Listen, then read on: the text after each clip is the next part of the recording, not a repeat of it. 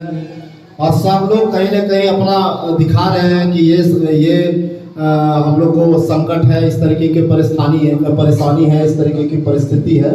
तो उस पर मैं 4 पंक्ति रखना चाहूँगा। एक कवि रखे अपनी बात को कि सूरज जैसा बनना है तो सूरज जितना जलना होगा, सूरज जैसा बनना है तो सूरज जितना जलना होगा। नदियों से आदर पाना है तो पर्वत छोड़ निकलना होगा, नदियों से आदर पाना है तो पर्वत छोड़ निकलना होगा। और हम आदम के बेटे हैं, क्यों सोचे राह सरल होगा, हर संकट का हल होगा, आज नहीं तो कल होगा। इसी बात के साथ हम चाहेंगे, हम लोग के बीच में उपस्थित है सूबे बिहार के पूर्व मुख्यमंत्री और हम युवाओं के आदर्श और गया कॉलेज के प्रोफेसर भी हैं, गया कॉलेज के प्रोफेसर भी हैं। और आज जिस मुकाम पे है, लोग को लग रहा होगा कि आदरणीय जीतन राम मांझी जी के बेटे हैं, इसलिए नहीं, इनका भी संघर्ष रहा है। आज जिस मुकाम पे आए हैं, लगातार अपने पिता के साथ रह के राजनीति के बारीकों को सीखा है, जाना है और कहीं न कहीं समाज के प्रति आगे बढ़ाने का उनका भी ललक है। तो आज इस मुकाम पर उस कारण से यहाँ पर आए हैं साथियों। तो मैं आमंत्रित करना चाहूँगा आज के कार्यक्रम के मुख्य अतिथि सूबे बिहार के अनुसूचित जाति जनजाति कल्याण मंत्री आदरणीय बड़े भाई डॉक्टर संतोष कुमार सुमन जी को जोरदार तालियों से अभिनंदन है। डॉक्टर संतोष मांझी जिंदाबाद। बहुत ही सौभाग्य और बहुत ही पावन दिवस है कि हम लोग आप सबके बीच में हैं। सर्वप्रथम मैं अपने साथियों, खास करके हम के जिला अध्यक्ष महोदय को धन्यवाद देता हूँ कि आपने व्यवस्था कायम किया और ऐसा स्थिति आई कि हम आप सबके बीच में यहाँ पर उपस्थित हैं।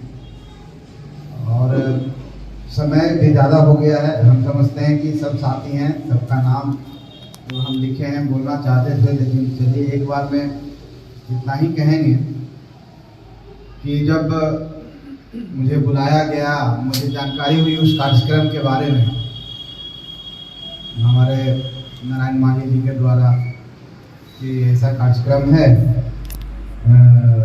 टनकुपा में आना है। मुझे कहीं और भी जाना था, लेकिन जब समाज की बात आती है, कहीं पर कोई बुलाता है तो मैं चला जाता हूँ, चाहे पहाड़ पर हो, जंगल में हो। मैंने इनसे पूछा कि उन लोग बुलाना चाहते हैं, जिन्हें सत्य बात बोल रहे हैं, जब कोई मंत्री नहीं है यहाँ पर, आप समाज के बीच में हैं। और तो इनकी बातों से ऐसा लगा कि एक द्वंद्व में है। सही बात बोलता हूँ, इनसे मैं नहीं बोला था, फिर इनसे ये भी बोला अगर आप लोगों को लगता है कि हमको नहीं बुलाया तो नहीं जाएंगे, द्वंद्व जैसा मुझे लगा।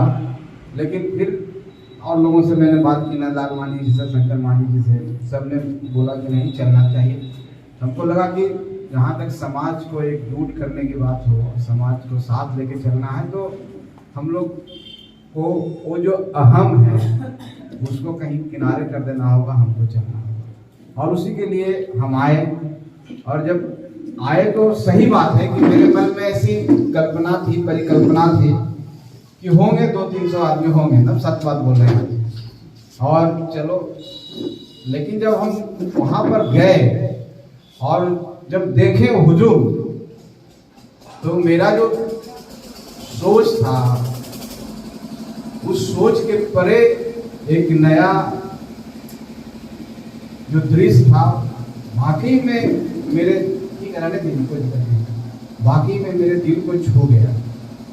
जिस हिसाब से हमने महिलाओं को जिस व्यवस्थित ढंग से बैठे हुए देखा और जिस तरह से आपने बैरिकेडिंग की रखी थी, और जो मंच हम देखे, एक प्रोफेशनलिज्म जिसको कहते हैं, जो प्रोफेशनल लोग करते हैं, जो जागरूक लोग करते हैं। और तो लगा कि अरे तो मेरे समाज का इतना अच्छा बैठक कर दिया लोग, वो भी हम लोग के बगैर कर दिया जरूर। तब मुझे लगा कि नहीं, मेरा समाज जाग चुका है। हम लोग बेकार में ऐसा समझते रहते हैं कि समाज हमारा अभी बहुत पीछे है, हम लोग को संघर्ष करना है। वो भीड़ और व्यवस्था देखकर जो चमक होती है, वो चमक धार आप में है। अब हम लोग में धार नहीं है, हम लोग सिर्फ बुद्धिजीवी वर्ग में आएंगे, आपको सजेशन देंगे, ये आपको करना है। इसके लिए सोचना होगा, एक शोध संस्थान बनाइए, दशरथ मांझी शोध संस्थान, कुछ भी बनाइए, बना करके ऐसी किताबें सब मिलके लिखिए, उसका जो रॉयल्टी आएगा हम उनके परिवार को देंगे। अगर एनजीओ चला बनाइए, अगर वहां से कोई मदद मिलेगा तो उनके परिवार को हम देंगे। इस तरह की बात होनी चाहिए। ऐसा नहीं है कि सरकार नहीं दी, ये मनता है कि नहीं मनता है, कौन दिलवाया है? आप कह रहे हैं हॉस्पिटल नहीं, वहां पर थाना, हॉस्पिटल, गहलोत घाटी का जो विकास हुआ है किसकी देन है? दशरथ मांझी जी का। लेकिन कौन वहां पर विकास कराने में काम किया? मुख्यमंत्री रहते हुए सारा काम उन्होंने किया है। तो ऐसी बात नहीं है, उनके दिल में भी आग है। लेकिन वही बात बता रहे हैं, मोर वाली बात है भैया, तो ताकत को आपको देना होगा।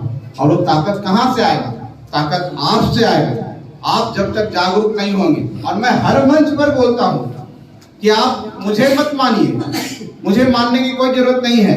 मैं भी एक समाज का एक छोटा सा अदना सा कार्य करता हूँ, एक परिवार हूँ, और जहां पर हमको बुलाएंगे वहां पर हम हाजिर रहेंगे। इसी स्तर में हमको जमीन पर बैठा करके भी रखिएगा तो हम रहेंगे।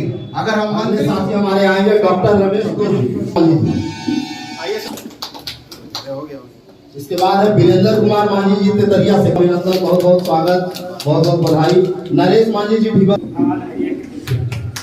चलिए, बहुत बहुत अभिनंदन। इसके बाद तैयार रहेंगे विजय मांझी बहरा से, विजय मांझी गजाधरपुर, आइए अभिनंदन। विनोद मांझी जी गजाधरपुर से। इसके बाद हम लोग के बीच में है छोटे भाई सुमाइया। इसके बाद हम लोग के बीच में है जितेंद्र मांझी जी। चलिए, आपको भी बहुत अभिनंदन। हम लोग के बीच में अरुण कुमार देवड़ा से, अरुण कुमार, स्वागत। विनोद भारती जी जो उप मुखिया है ढीवर पंचायत के, ग्राम पंचायत के, आपको भी बहुत बहुत अभिनंदन, स्वागत विनोद भारती जी। उसके बाद हम लोग एक साथी है, पुराने साथी और मजबूत साथी, चलिए जोरदार तालियों स्वागत। चलिए, बहुत अभिनंदन है। इसके बाद है अजीत कुमार, अजीत जी।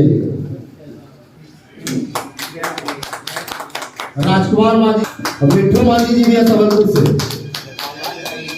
आइए मिट्टू जी। मांझी सरकंडा से, शहिंदर मांझी जी, मजनू मांझी जी है,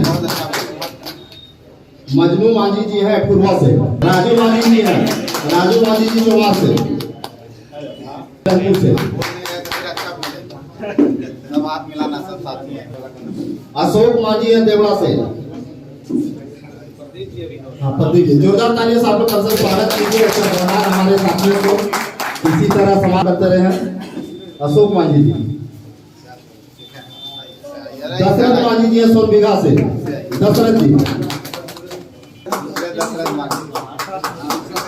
चलिए, आप राजेश मांझी है पूर्वा से, हमारे साथी हैं विकास मित्र लड़ाकू विनोद। राम मगन जी है पुनौर से, हम लोग के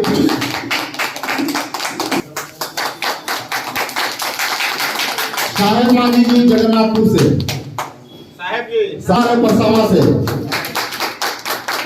अरविंद जी के बीच में है वाल्मीकि मांझी जी, जय मांझी जी।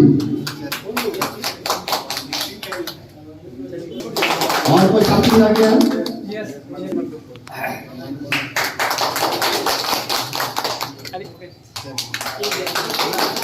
चलिए, बहुत बहुत चलिए, जोरदार तालियों से स्वागत है। चलिए, बहुत बहुत धन्यवाद। और एक साथ साथ रहिए, उनको हम आगे बहुत बहुत शुभकामनाएं, आगे बढ़िए। हम लोग सदैव आपके साथ में हैं। समाज को इसी तरह जागृत कार्यक्रम के लिए, समाज में जागृति पैदा करने के लिए आपको बहुत बहुत धन्यवाद। और इसी तरह आगे बढ़ते रहिए, समाज को लीड कर। जोरदार तालियों से स्वागत है। बात बहुत बढ़िया करते हैं, हमको समझ ही नहीं आ रहा कितना। आप लोग ताली बजाते रहिए। चलिए।